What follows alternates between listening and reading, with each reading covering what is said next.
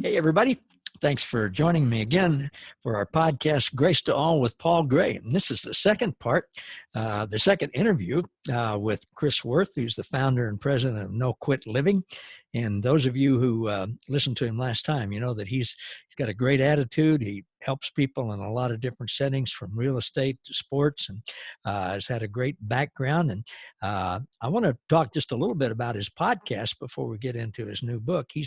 I think if I noticed right, when I looked up, you've got close to 300 podcasts that you've done. Is that right? Yep, we're just coming up on 300. And the podcast is called No Quit Living? Yes, sir. Yeah. So tell us about the types of people, what their professions are, their backgrounds are that you've been able to interview. Yeah, we've been extremely fortunate to have had literally guests from all walks of life. We've had athletes, professional, college. We've had coaches, professional speakers.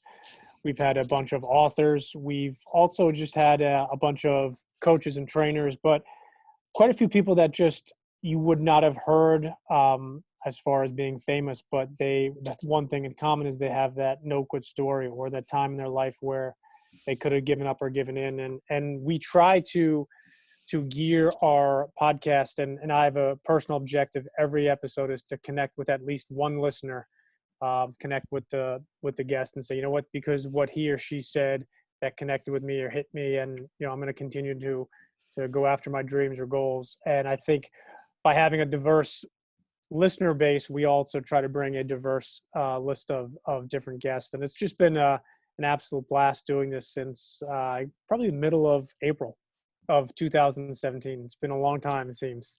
Wow. So one or two a week? I release every Tuesday and Thursday. Yeah. Yeah, that's what I do too. So, well, why? You've had a variety of people who've had challenges with opportunities to quit, but they haven't. And so I can see how that almost anybody listening, you're going to find somebody who's going to relate to that. Yeah, that's the objective is whether it's sports or music or something, is listening to somebody's story and say, you know what, or listening to someone share an idea, a concept. And I think it's just those little tidbits that you can take away. Yeah. I have a friend here who's my age in Lawrence, and his dad started the local radio station here in Lawrence. He started it, I think, in 1950. And then he later became a state senator, and I was friends with him and did a lot of radio stuff with him. And now I've since gotten to be friends with his son, who took over the station and still has a show there, although they've sold it. But interesting story. When I was at KU in 1965, there was a little guy whose name was Leo Bierman, and he was 2.5 feet tall. He suffered from severe dwarfism, and his body was just it was all twisted. His legs didn't work. He built a little wooden wagon. He put it together himself, and he would roll himself along downtown, with sort of like a wheelchair with his hands on the wheels. And he sold pencils and he repaired watches. And he'd gotten a tractor, a real old tractor, and he rigged up a little thing on it where he would hook up a chain to his little wagon and pull that up, and then he would climb up and get on the tractor and drive it downtown and sell his pencils. And he was sort of like a town character, I guess, if you will. Well, my friend who had just gotten out of the Army and did some broadcasting in the Army back in 1951, he wanted to start this radio station in Lawrence. There wasn't any station, and he went to. There were 5 or 6 banks in Lawrence. He went to each one of them. They all said, "It ain't going to work. Lawrence isn't big enough. You don't know what you're doing. We're not going to loan you money to do it. You don't have any collateral." He went to Topeka and he went to Kansas City to different banks and different investors, and nobody would do it. And he'd about given up. And one day he went downtown to talk to somebody about his station, and he saw this little guy, on the street corner with his tractor parked at the corner, and the guy was in his little cart selling pencils. And And he told me, he said to himself, if he can do that, I can stay with this. I'm going to keep knocking on doors till I get somebody who will finance the station. And he did.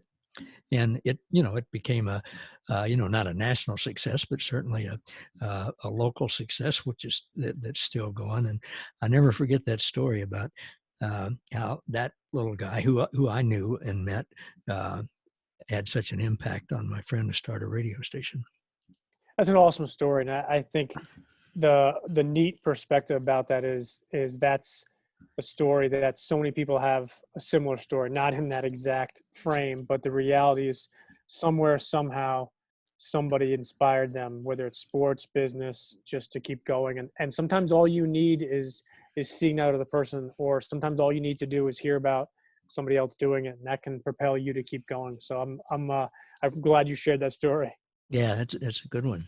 Well, you've got a new book coming out, The Positivity Tribe, right? Yes, sir. Coming out in August.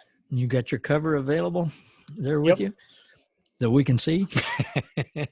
All right. Cool. It comes out in August. All right. And you can, people can pre-order it now, right? Yep. It's, you can get it at, it's thepositivitytribe.com. You can get information there, pre-order it. And it's been really exciting. And as you know, it's a tough challenge writing a book. So what was your motivation for writing it? It's interesting. I was actually writing a different book in March of this year, and this pandemic came along, and I created a couple of men's mastermind groups, and we kind of titled one of them The Positivity Tribe. And for the last year, my company has been spreading positivity notes all throughout the country. The coach, Fred Cordobaum, is putting a bunch in Lawrence. He actually created his own positivity poll, and these are the actual notes. We write just a quote or saying, and literally we place them on a car windshield, tack them up somewhere, and we've been in over 35 states. We've spread over 10,000 notes, and we've actually been in 5 different countries. And that's the premise of the book. It's a fable about these 3 high school students that ultimately form this positivity tribe, and their objective is to take their own personal struggles, which all 3 of them have the struggle that they're going through, and they decide to create this positivity tribe and spread positivity not only amongst themselves in their school, but also in their community as well. Wow, that's wonderful. So Fred's doing that in Lawrence. Is he the only one, or is he putting together a team of doing it? His family's actually doing it, and he does some mentoring on and off the court. They've done some stuff at KU last year, but when we get off, I'll send you an article that they did about Q and his family putting up what he's coined the positivity pole by the street he lives on. Wow. Oh, that's wonderful. And it's rare that I get to talk to somebody I'm interviewing where I can actually go and see or talk to somebody in person where that's happening. I'm interviewing somebody tomorrow. It's actually the next day their time because they're in Australia, and great stories, but I don't get to connect with very often with people that close. All right, so it's a story about 3 students that put together a group they call a Positivity Tribe, and did that just come to you? Was it? It in many ways it did come to me, and I think I'm a big fan of John Gordon, the author, and he wrote a book last year called The Coffee Bean with a good friend of mine, Damon West, and I think the reason fiction is so popular is people get to have some real life with some nonfiction mixed in, and you kind of have both of those. And that's what I think what happens with fables is you get to share a message, and you kind of get to create how it seems fit. And for me, just having a bunch of really positive people in my life let this opportunity come from an idea and a concept into a book, and it's been a fascinating challenge, but it's been a lot of work along the way. Have you had a team that's helped you edit it and get it listed and all of those different things? Yep.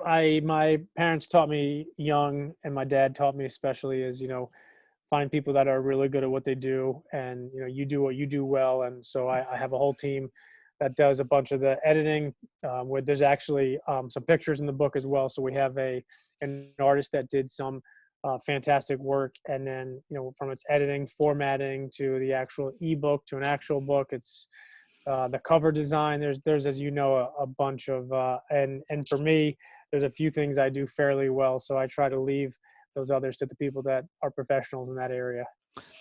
Yeah, boy, that's great advice. I learned that early on. I'm not I'm not a geek. Well, people call me a geek, but I'm not I'm not super great technically. I can get by, but I figured out I'd spend all my time trying to learn how to do that when writing was my passion and what I could do best with. Chris, does the name Jim Rohn, not the sports guy, but motivational speaker, ROH, does that mean anything to you? You are the average of the 5 people you spend the most of your time with. Yeah. Yeah.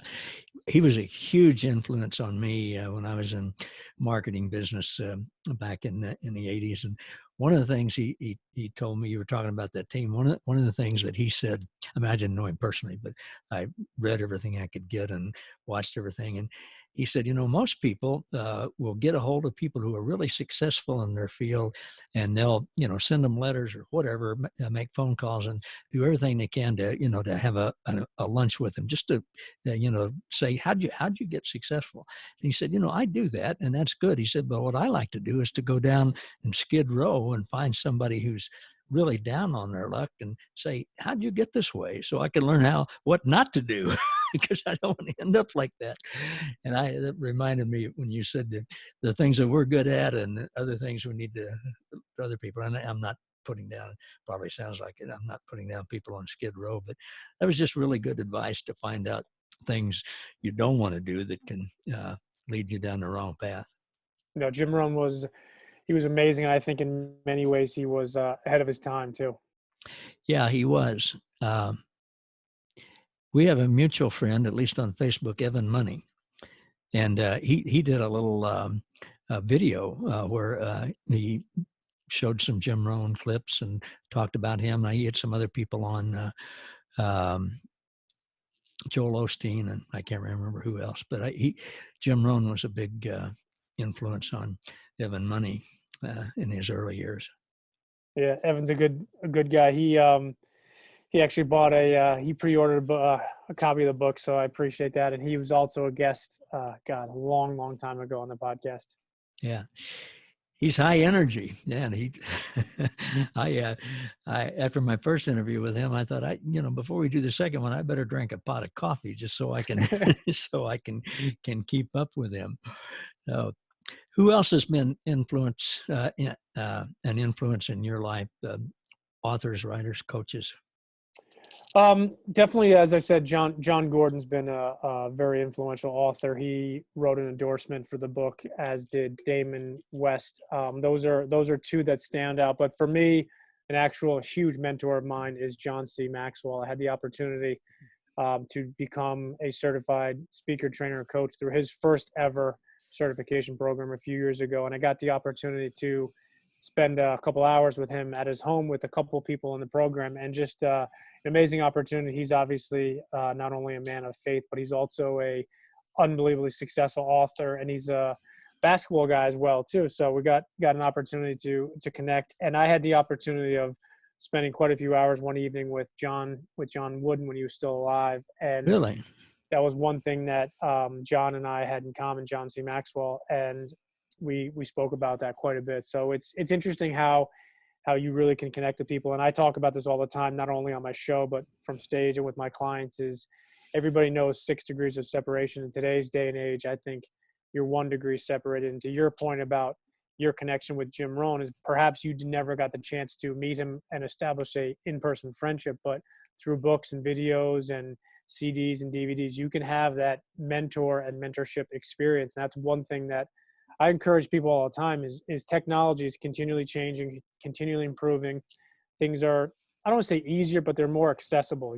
Back, 2, 3, 4, 5 years ago, if you wanted to get a book or something, you could order it, but then it was 7, 10, 15 days out. Now you want to get a book. Not only do you have it the next day, the actual physical book, you can also get it ebook within seconds. You can get an audio book within milliseconds. And I think that's the one thing that I try to impress upon people is if there's something or somebody you really want to learn about or connect with, just take the time and effort to figure it out. And I'm pretty sure you can make it happen if you really do the research. Yeah. And obviously technology's made a lot of that happen, which is really cool. For the last 10 years of his life, my best friend was a guy named Ron Loneski, Loneski.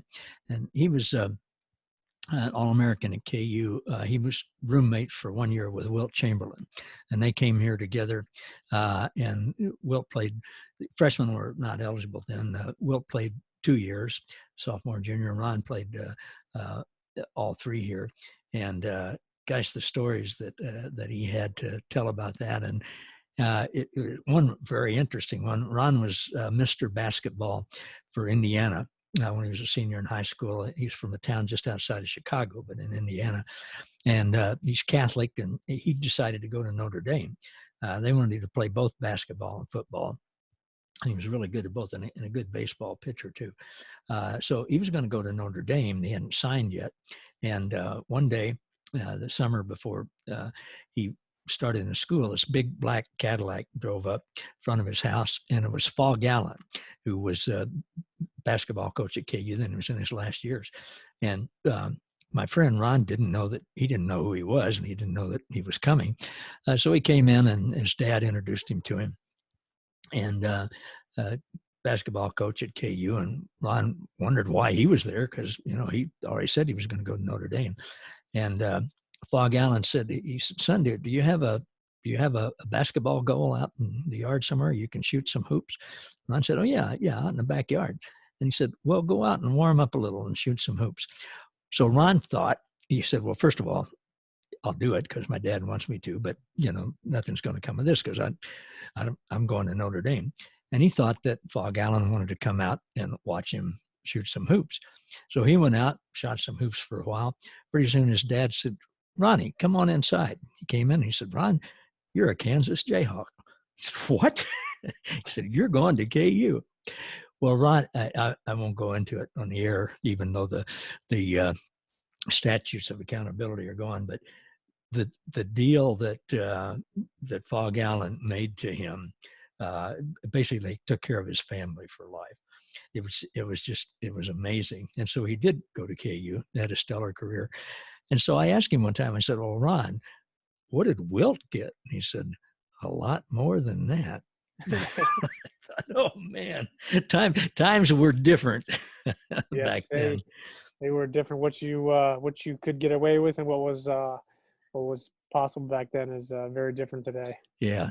Ron went on, he got a master's in English. He retired as a colonel in the Army, did 3 tours in Vietnam, then got a master's in special ed, taught special ed, came back to KU to retire. And man, the stories that he had to tell, and you know that, Chris, from people that you've got to meet, like Coach Wooden and John Maxwell and others, but the stories that those guys have, and we get stories like that we get to pass on too.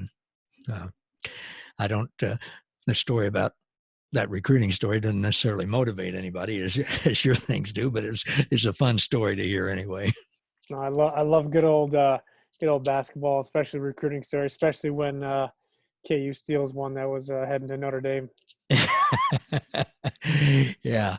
Well, we got quite a history here, and Bill Self is doing, and he and Coach Q and the other guys are obviously they've done a great job, and they kept that going, and they're a real asset to the community too. They're very involved in the community, and just well loved by everybody, and it's really kept the tradition going well here.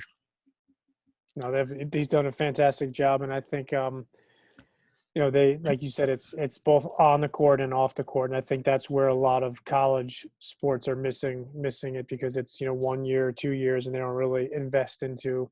But Coach Self and his staff have done a fantastic job. They really have. Well, our time's about up again, Chris. I really appreciate you being with us and sharing your story. And tell folks again how they can connect with your organization, with your company, with the podcast, and where they can get a copy of The Positivity Tribe.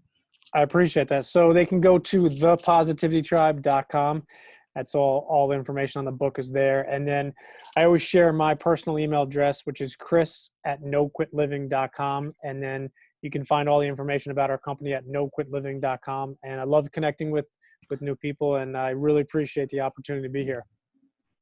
Well, thank you. And thanks for taking the time to be with me. And it's been fun hearing about what you're doing and how you're helping people. And hopefully one day you'll come to Lawrence to meet with the guys here, and we can hang out a little bit and I can see you in person. Definitely. I look forward to it. Thanks. All right. Well, thanks again to Chris Wirth for being with us. Thanks, everybody, for being involved, watching, and listening to another episode of Grace to All with Paul Gray.